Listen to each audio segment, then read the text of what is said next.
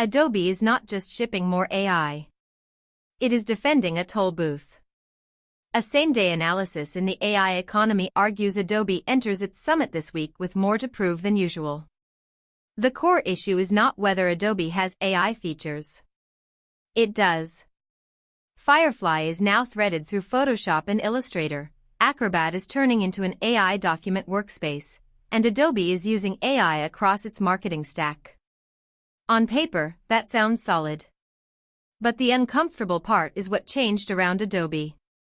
Creative work is getting cheaper. Good enough design tools are getting faster. And rivals that used to nibble at the edges are now attacking the middle. Canva and Figma already reshaped where a lot of everyday design starts.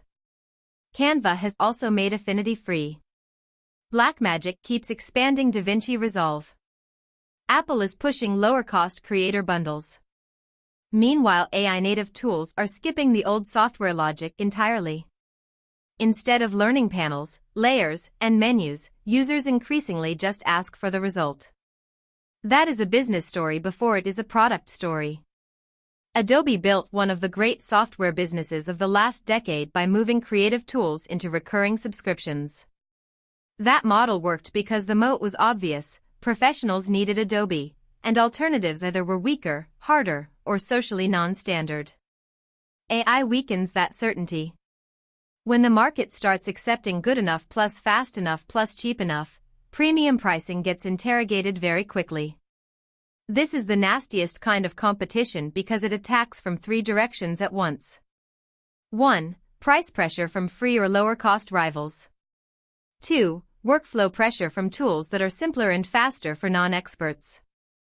3. Platform pressure from foundation model companies that want the user to bypass software suites entirely and go straight from prompt to output. Adobe still has real advantages, especially around enterprise safety, licensing, consent, and commercially clean content generation.